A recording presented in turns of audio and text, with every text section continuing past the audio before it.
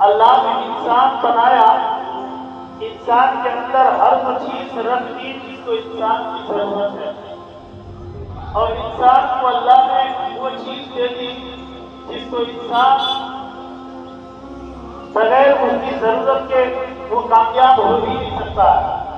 اس کے لیے جو چیز اللہ نے ضرورت دیکھی وہ ساری چیزوں سے اسے مہیا کر دیا اور ساری چیزوں سے اسے نواز دیا۔ اور اگر کوئی انسان برائی کی طرف جاتا ہے یا کوئی انسان بے حیائی کی طرف جاتا ہے یا کوئی انسان اپنی مساجد کو، مقاصد کو، مدارس کو چھوڑ کر کے اگر کوئی چوک چوراہے پہ بیٹھ کر کے بے حیائی یا فحش کلام کرتا ہے تو اللہ کا قرآن یہی کہتا ہے کہ ان الصلاۃ تنہی عن الفحشاء والمنکر، بے شک اللہ کی مسجدوں کو نمازوں سے پر کر دو، اللہ کے گھر کو سجدوں سے پر کر دو، کہ یہ سجدے تمہارے لیے بہتری کی ضمانت ہے۔ یہ سجدے ایسے ہیں کہ ابھی سے لے کر کے آخرت تک تمہیں کام آ جائے۔ یہ رکوع، یہ قیام، یہ مسجد میں آنا، یہ مسجد میں بیٹھنا، یہ مسجد میں جا کر کے قرآن کی تلاوت کرنا، یہ سب کام اللہ کے لیے۔ تو اللہ نے جب سارا کچھ ہم کو، آپ کو، سارے دنیا کے انسان کو دے دیا ہے تو پھر اللہ ہی فرماتا ہے کہ میری بارگاہ میں تم آ کر کے جھکو، اور اگر جھک جاؤ گے تو اس کا جھکنا میرے نزدیک اتنا پسندیدہ ہے کہ تمہارے ہر برے کام کو اس سے روک دیتا ہوں، ہر بے حیائی کو تم سے روک دیتا ہوں ان نمازوں کے صدقے۔ اسی لیے قرآن کا جس طریقے سے فرمان ہے ہر انسان اس پر عمل کرے، یہ سمجھ کر کہ یہ نمازیں ہمیں تمام برے کاموں سے بچاتی ہیں۔ اگر ان نمازوں کو پڑھیں گے تو ہر وہ برے کام سے ڈریں گے کہ شراب پینا حرام ہے، زنا کرنا حرام ہے، گالی دینا حرام ہے، اور کسی کو فحش کلام کرنا منع ہے۔ یہ سب جب حدیث پاک میں، قرآن پاک میں روزانہ یہ اعلان کرتا ہے کہ ان چیزوں سے اگر تمہیں روکنا ہے، ان چیزوں سے اگر تمہیں حقیقت میں رک جانا ہے تو پھر تم اللہ کی بارگاہ میں نماز کے لیے ضرور جاؤ۔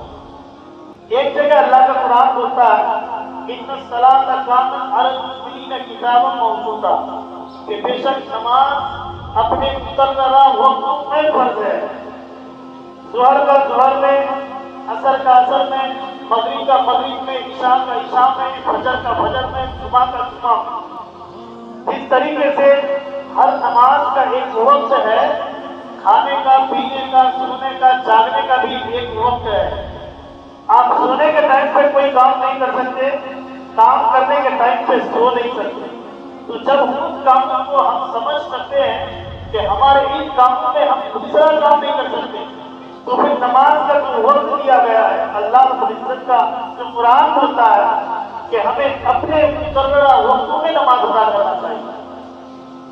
کوئی یہ سوچے کہ ہم نماز نہیں پڑھیں گے کیا ہوگا، کوئی یہ سوچے کہ ہم نماز پڑھتے ہیں پھر بھی کیا ہوتا ہے، کوئی یہ سوچے کہ ہم نماز میں جاتے ہیں لیکن آج تک کچھ نہیں ملا ہے، کوئی یہ سمجھے کہ ہم نماز آج تک نہیں پڑھتے پھر بھی کھاتے پیتے ہیں، اور کوئی یہ سمجھے کہ ہم نماز کو روزانہ 5 وقت جماعت کے ساتھ پڑھتے ہیں پھر بھی ہم کو کچھ نہیں ہوا۔ تو حقیقت میں انسان اپنے دل کے راز سے پوچھے، اپنے دل سے پوچھے کہ اگر کوئی نمازی انسان ہے، فجر سے لے کر کے عشاء تک روزانہ نماز پڑھتا ہے 5 وقت کی، تو اللہ سے تمام بیماریوں سے، پریشانیوں سے محفوظ رکھتا ہے کہ نہ اس کے اندر کوئی ایسی بیماری لاحق ہے، نہ اس کے اندر کوئی پریشانی لائی ہے، نہ اس کے اندر کوئی ایسی مجبوری آئی ہے، بلکہ وہ اپنے حساب سے نمازوں کو پڑھ کر کے اللہ کو خوش کرتا ہے۔ اسی لیے ہر کام ہم دنیا میں کرتے ہیں لیکن اللہ کے لیے ایک وقت دینا ہم کو بھی ضروری ہے کہ اللہ کے بارگاہ میں ہم کم سے کم اپنے سر کو جھکائیں۔ کیوں؟ اللہ کے رسول نے ارشاد فرمایا کہ موسم خزاں میں حضور علیہ السلام گھر سے باہر تشریف لائے تو کیا دیکھا کہ ایک درخت کے پتے بہت سارے لگے ہوئے، لیکن آپ نے کیا کیا، اس درخت کے ٹہنی کو آپ نے پکڑ کے چپش دیا اور چپش دیتے ہی سارے درختوں کے پتے جو ہے وہ سب پتے نیچے گر گئے. تو حضرت ابو ذر غفاری رضی اللہ تعالیٰ جو صحابی رسول ہیں حضور کے ساتھ موجود ہے، لیکن حضور سے فرمایا کہ یا رسول اللہ آپ نے ایسا کیوں کیا؟ کہا کہ دیکھو جس طریقے سے انسان 5 وقت کی نماز پڑھ کر کے اپنے گناہوں کو دھو دیتا ہے، اسی طریقے سے آپ ایک درخت کے ایک ٹہنی کو پکڑ کے اپنے چپش کی ہے، سارے درخت کے پتے گر گئے اور پورے پتے گر گئے. جس طریقے سے یہ پتے گرے اسی طریقے سے ہر انسان کا گناہ بھی گر جاتا ہے. کوئی انسان یہ نہیں سوچتا ہے کہ ہم گناہ کریں، کوئی انسان یہ نہیں سوچتا ہے کہ ہم گناہ کر کے اللہ کی بارگاہ میں جائیں، کوئی یہ نہیں سوچتا ہے کہ ہم گناہ کر کے توبہ نہ کریں، کوئی یہ نہیں سوچتا ہے کہ ہم رات دن گناہ کرتے رہیں. لیکن اللہ کو ٹھکانا ہے ان گناہوں میں کس طریقے سے اللہ رسول کو ٹھکائے. تو ہر انسان دنیا میں موجود پائے جاتے ہیں، ہر انسان گناہگار انسان، گالی گلوچ انسان، شرابی انسان، زناکار انسان، نمازی انسان، حاجی انسان، ہر انسان دنیا میں موجود ہے. لیکن اللہ نے اتنے انسان کو تخلیق دی ہے، اتنے انسان کو پیدا کیا. لیکن دیکھیے کہ ایک گاؤں میں اگر پاپولیشن کتنا بڑا بھی ہو جائے، کتنا بھی بڑا ہو جائے، لاکھوں کا مجمع ہو جائے، 2 لاکھ کا مجمع ہو جائے، ہزاروں کا مجمع ہو جائے، لیکن کبھی آپ اپنے گاؤں میں ایک چیز ملا کے دیکھیے، کیا کسی کا چہرہ کسی سے ملتا ہے؟ کیا کسی کا ہاتھ کسی سے ملتا ہے؟ کیا کسی کا پاؤں کسی سے ملتا ہے؟ کیا کسی کی آنکھیں کسی سے ملتا ہے؟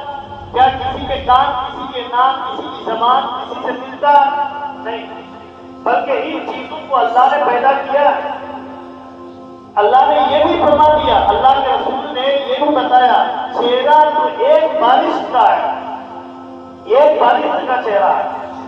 اس کو اگر کہیں نہیں ملا سکتے، کسی کے ساتھ اگر اس کا چہرہ نہیں ملتا ہے تو 1 انچ کا جو انگوٹھا ہے ہاتھ میں اس کو ملا کے دکھا دو.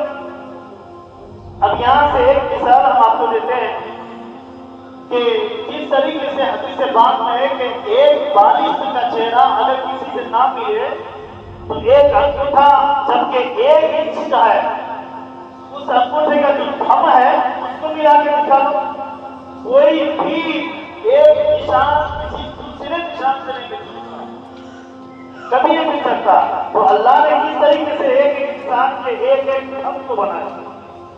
دنیا میں اربوں خربوں انسان ہے نا، لیکن کسی کا انگوٹھا کسی کے ساتھ نہیں ملتا.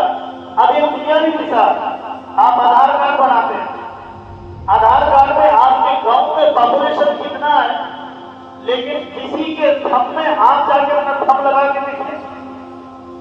کبھی بھی آپ اس مشین میں جا کے اپنے انگوٹھا لگا کے دیکھیے، اگر کام آ جائے تو یہاں دیکھیے نہ باپ کا انگوٹھا بیٹے پر کام آئے گا، نہ ماں کا انگوٹھا بیٹی پر کام آئے گا، اور نہ ہی بیٹے کا انگوٹھا کسی کے باپ پر کام آئے گا. تو پتا چلا کہ ایک انگوٹھا جو کہ 1 انچ کا ہے، ایک تھم جب ہم کسی بھی ڈیوائس پہ لگاتے ہیں تو اس کا ایک تھم بھی نہیں ملتا. تو ایک بارش کا چہرہ پوری دنیا میں اربوں انسان کے ساتھ کیسے مل سکتا ہے؟ تو اللہ نے بنایا. اس کی تخلیق دیکھیے کہ اللہ نے ہم کو تخلیق کیا، اللہ نے اس مٹی سے پیدا کیا، اس مٹی سے پھر بھی آگے اللہ نے اس مٹی سے انسان کو پیدا کیا ہے. وہ انسان اپنی مٹی کو ہاتھ میں لے اور پھر وہی مٹی سے سوال کرے، اے مٹی تجھ سے ہم بنے ہیں لیکن پھر تجھی میں جا کے مل جائیں گے، تو ہم سے تم کو کیا فائدہ یا نقصان ہے بتا دے. تو مٹی تو یہی کہے گی کہ جب ہم کو بنانے کے لیے اللہ رب العزت نے لینے کا حکم دیا تھا تو ہم جب بھی روئے تھے، اور آج ہم ہاتھ میں لے کر مجھ سے سوال کرتے ہو تو آج ہم بھی روتے ہیں، آج بھی ہم روتے ہیں، اور آج تک نہیں قیامت تک روتے رہیں گے. کیوں کہ اسی زمین کی مٹی سے اللہ نے مجھے بنایا. اور وہ سب یہی سوال کیے تھے کہ اے اللہ اگر اس مٹی سے انسان بنائے گا تو اسی مٹی پہ آ کر کے وہ جھگڑا بھی کرے گا، خون ریزی بھی کرے گا، زنا بھی کرے گا، ایک دوسرے کے آپس میں کبھی میل ملاپ نہیں ہوگا، ایک دوسرے میں کبھی امتحان نہیں ہوگا. ایک دوسرے میں کبھی اتفاق نہیں ہوگا. آج حقیقت دیکھیے، گاؤں ہو، محلہ ہو، یا کسی شہر میں ہو، کسی بھائی چارے میں ہو، کسی برادری میں ہو، کبھی بھی دیکھیے آج عیدگاہ میں لوگ نماز میں جاتے ہیں، کتنے لوگ جاتے ہیں، اس میں بھائی بھی ہوتا ہے، اس میں بیٹا بھی ہوتا ہے، اس میں بھتیجا بھی ہوتا ہے، اس میں ماموں اور خالو بھی ہوتا ہے، اور اس میں باپ بھی ہوتا ہے، اس میں جو ہے سب انسان موجود ہوتے ہیں. اس کے رشتہ دار میں دیکھیے، برادری میں دیکھیے، گاؤں والے کو دیکھیے، کسی بھی پڑوسی کو دیکھیے، سب عیدگاہ میں موجود ہوتا ہے.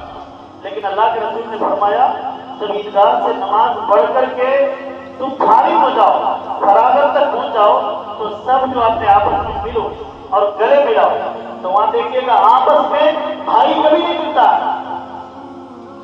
100 میں، ہزاروں میں کبھی 2-4 ایسا ہوگا، لیکن کوئی بھائی اپنے بھائی کا سینہ ملانے کو تیار نہیں ہے. کوئی بھائی اپنے بھائی سے ہاتھ ملانے کو تیار نہیں ہے. کوئی بھائی اپنے بھائی کے پیر پہ یا کندھے پہ ایک جگہ لانے کو تیار نہیں ہے. لیکن وہ بھائی یہ سوچے کہ آج ہم اس زمین کے اوپر ہیں تو ملنے کو تیار نہیں ہے.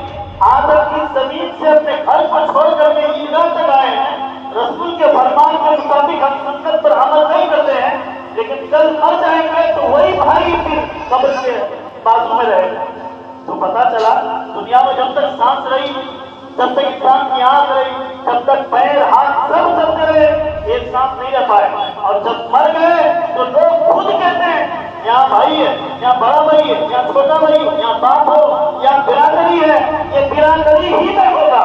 آج انسان اپنے آپ میں صرف یہ دیکھے کہ آج رہنے پر اگر یہ بات سوچتے ہیں یا سوچنے پر مجبور ہے تو پھر کل کی وہ بات بھی سوچنے پر مجبور ہو جائے کہ کل جب ہم مریں گے قبرستان میں برادری ہوگی، قبرستان میں علاقہ ہوگا، قبرستان میں بستی کے لوگ ہوں گے، قبرستان میں جو برادر ہمارا اپنا ہے اس کو ہوگا. تو برادری میں نہیں دے گا، قبرستان میں وہ دیکھے گا کہ اس کا دادا کہاں، اس کا پر دادا کہاں. پھر وہ دیکھے گا اس کے دادا کا جو پر دادا کا جو دادا ہے وہ دادا کہاں ہے. پھر دیکھے گا دادا کا بیٹا کہاں ہے.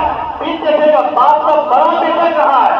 پھر یہ دیکھے گا اس کی ماں کے اگر کوئی ہماری برادری میں ملتا ہے تو اس کی قبر کہاں ہے. یہی دیکھے گا. کوئی کسی کے علاقے میں نہیں دیکھے گا، جھگڑا ہوگا. بستی کے اتنے لحاظ سے لوگ ہیں، سب کی بارگاہ میں یہ سوال کرتا ہوں. قبرستان میں اتنے بڑے بڑے قبرستان ہیں، آپ کے گاؤں میں تو بہت قبرستان ہیں، 7، 8، 10، 12، 15 تک قبرستان. ہر خاندان نے اپنے اپنے قبرستان بنا لیا. لیکن یہ سوچیے کہ اس قبرستان کو ہم بنائے ہیں تو آج میل ملاپ نہیں ہے، کل کیسے ملو گے یار؟ کل کیسے ملو گے؟ ایک دیواری کا فاصلہ ہے، بیچ میں ایک دیوار ہے، اس طرف یہ ہے اس طرف وہ ہے. دنیا کی حیات زندگی میں 70 سال تک ہاتھ ملانے کو تیار نہیں، اور 70 سال کے بعد جو زندگی شروع ہوگی کروڑوں سال میں تبدیل ہوگی. یہ زندگی اب اس میں کیسے ملا ہو؟ شرم نہیں آتی اس میں، انسان کو شرم نہیں آتی. دنیا کی دھرتی پہ جس مٹی سے انسان کو بنایا تھا ہاتھ ملانے کو تیار نہیں. آج جب قبر کے اندر آ گئے، مٹی کے اندر آ گئے، اس زمین پر جس پر چلتے تھے اس کے اندر آ گئے تو اب یہاں ہاتھ ملاؤ گے، کیسے ملاؤ گے؟ شرم تو ہونی چاہیے کہ دنیا کی زندگی میں رہے، نماز کے ایک صف میں دو بھائی ایک جگہ رہ نہیں سکتا ہے، دو بھائی اپنے ہاتھوں کو ایک جگہ ملا نہیں سکتا ہے، دو بھائی ایک ہی دسترخوان پہ بیٹھ کر کے کھا نہیں سکتا ہے، دو بھائی ایک گاڑی پہ چل کر کے کسی جگہ کسی مقام پر جا نہیں سکتا ہے. تو پھر یہ گوارا کیسے کر لیے کہ مرنے کے بعد ایک ہی جگہ دونوں کی قبر ہونی چاہیے؟ ارے کیا بات ہے کہ تم نے ایسا مسئلہ بنا لیا ہے. قرآن پاک تم سے کہتا ہے اگر تم دنیا کی دھرتی پہ ہو تو میل ملاپ رہو، ایک سے دوسرے تک اتحاد میں رہو، اتفاق میں رہو، میل ملاپ میں رہو، تاکہ قبر میں کام آئے، آخرت میں کام آ جائے. جب اللہ رسول کی دربار میں حاضر ہونا پڑے تو وہاں جا کر کے یہ بات ہمیں بولنا پڑے. اے مولا پاک پروردگار، جب دنیا کی دھرتی کی زمین کے اوپر تھے بھائی چارہ ملتے تھے، جب دنیا کی دھرتی کی زمین پر تھے تو ایک ساتھ ہاتھ ملاتے تھے، مر گئے تو قبر میں ایک ساتھ ہے. اب تیری بارگاہ میں آ کے پہنچے تو بھی ایک ساتھ پہنچ جائے. اس وقت کہنا کہ ہم نہیں پوچھیں بھائی، کوئی نہیں کہہ سکتا، ایسے کہے گا تو پھنسانے حال کوئی کسی کا پھنسانے حال نہیں ہوگا. کوئی کسی کو نہیں پہچانے گا، کوئی کسی کا حامی ناصر نہیں ہوگا، کوئی کسی کی بھلائی نہیں کرے گا، ہر کوئی کہے گا شفاعت شفاعت، کس کی شفاعت ہوگی؟ ہر کوئی شفاعت کے لیے آگے بڑھے گا۔ انسان ذرا سوچ، اللہ نے جب ہمیں سب کچھ دیا ہے، غرور کس بات کا، گھمنڈ کس بات کا؟ اس زمین سے تم بھی پیدا کیے گئے تو کروڑوں خواہ مالک ہے، وہ بھی پیدا کیے گئے جس کے پاس ایک وقت کا کھانا بھی نہیں ہے، اسی مٹی سے۔ جب یہ بات سمجھ میں آئی، یہ بھی دیکھ لیجیے ذرا ہر کی بات پر سمجھ کر کے کہ ہر انسان کے پیٹ میں وہ غذا موجود ہے جو غریب انسان کے پیٹ میں موجود ہے، وہ امیر انسان کے پیٹ میں بھی موجود ہے۔ اب وہ انسان کا دو ہاتھ ہے جو اربوں خربوں کا مالک ہے، جو آدھی دنیا کی سلطنت کا بادشاہ سمجھا ہوا ہے، جو پوری دنیا کا بادشاہ اپنے آپ پر کیا ہوا ہے، وہ بھی دو ہاتھ کے ہیں۔ اور جس انسان کے پاس ایک وقت کی روٹی نہیں ہے، اس انسان کے پاس بھی دو ہاتھ ہے۔ اب یہاں میں یہ بات اس لیے کہہ دیا، لوگ جو اپنے آپس میں غرور، تکبر، گھمنڈ، کینہ، یہ ساری چیزیں اپنے اوپر رکھتے ہیں، میں خود تک یہ بات پہنچاتا ہوں صرف اس لیے دو ہاتھ تمہارے پاس بھی ہے، ایک ہاتھ سے کھاتے ہو، دوسرا ہاتھ تم وہاں لگاتے ہو جہاں وہ غریب جس کے پاس ایک وقت کا کھانا نہیں ہے وہ بھی اسی جگہ ہاتھ لگاتا۔ اب تم کہو کہ ہم نوکر رکھیں گے، تیار نہیں ہوگا، ہم غلام رکھیں گے، تیار نہیں ہوگا، ہم کسی کو خرید کر لا کر کے اپنے گھر میں رکھیں گے صرف اس چیز کو دھونے کے لیے، تیار نہیں ہوگا، اس لیے کہ تمہیں اللہ نے جو ہاتھ دیا ہے، ایک ہاتھ سے کھاتے ہو، دوسرے ہاتھ اس جگہ پہ لگاتے ہو جو جگہ پہ وہ غریب لگاتا ہے۔ تو سوچئے پھر گھمنڈ کس بات کا؟ تمہارے پیٹ میں بھی وہی چیز ہے، اس کے پیٹ میں بھی وہی چیز ہے، تمہارے پاس بھی وہی ہاتھ ہے، اس کے پاس بھی وہی ہاتھ ہے، تو صرف فرق اتنا ہے کہ تو پیسے میں امیر ہے، وہ نہ پیسے میں غریب ہے، بس یہی بات ہے۔ اس کو بھی دو گا، اس کو بھی دو گا، اس کو بھی گلستان، اس کو بھی گلستان، اس کو بھی موت آئے گی، اس کو بھی موت آئے گی، وہ بھی انسان، یہ بھی انسان۔ ایسا تو کبھی نہیں ہو سکتا ہے کہ امیر انسان انسان ہے، غریب انسان جانور ہے، کبھی نہیں کہے گا۔ ایک اندھا انسان بھی وہی کہے گا، چاہے کتنوں کا ہر ہوگا مالک ہو جائے انسان ہی ہوگا، چاہے ان کے پاس ایک وقت کی روٹی نہ ہو وہ بھی انسان ہی ہوگا۔ تو سوچئے پھر ہم اپنے حیثیت کو بھول گئے، ہم اپنی اس مٹی کو بھول گئے۔ آج مرے قبرستان لے جا کر دفن کرے، یہاں خلقان کو کہہ دیے بھول گئے، آج تم گئے وہ پیا وہی تم کہہ دیے بھول گئے، پھر کہہ دیے وہ بھی کہہ کر بھول گئے، بھول گئے۔ پڑوسی انسان مرا انا للہ پڑھے، دوسرا انسان مرا انا للہ پڑھے، باپ مرا انا للہ پڑھے، باپ کا بیٹا مرا وہی انا للہ پڑھے، کوئی غریب مرا وہی انا للہ پڑھے، اور اگر کوئی امیر انسان مرا وہی انا للہ پڑھے۔ بھائی وجہ کیا ہے؟ جب اس بات کی وجوہات سمجھ میں نہیں آتی ہے تو پھر اپنے آپ کو کیوں ایسا گھمنڈ دلاتے ہو؟ پھر اپنے آپ کو کیا سمجھتے ہو؟ تو سوچو اللہ کی بارگاہ میں اگر ہم جائیں گے تو ہر برے کام سے وہ روکے گا، ہر بے حیائی سے روکے گا، ہر بھینس کلام سے وہ روکے گا، ہر وہ برے کام سے روکے گا۔ تو پھر اس کام کے لیے ہم آگے کیوں نہیں بڑھتے؟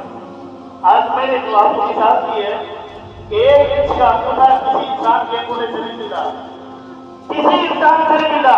ہمارا گاؤں بہت دور ہے، آپ کا گاؤں کیا ہے؟ آپ ایک انسان پورے مل کر کے چلے جائیے ہمارے گاؤں میں، اور جا کر کے ہمارے گاؤں کے لوگوں کے انگوٹھے سے ذرا تھم لگا کے دیکھیے کیا ملتا ہے؟ نہیں ملے۔ یہاں سے چلے جائیے جاپان، چین، امریکہ اور کسی دیش میں چلے جائیے، دیکھیے جا کے ہمارے انگوٹھے سے کسی کا انگوٹھا مل رہا ہے کیا؟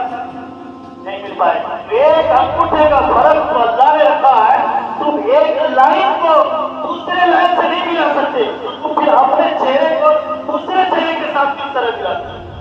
تم کبھی یہ نہیں سمجھتے کہ اللہ نے جب ہمیں پیدا کیا ہے تو کس لیے پیدا کیا؟ جب سب کچھ اللہ نے ہمیں کیا تو پھر ہم کیا دے رہے ہیں اللہ کو؟ کچھ تو دینا ہوگا، کچھ تو دینا ہوگا۔ اگر کسی شیخ کے پاس آپ جاتے ہیں، اس سے اگر کچھ لیتے ہیں تو آپ کیا کہتے ہیں؟ تمہارا احسان کبھی نہیں بھولو گے۔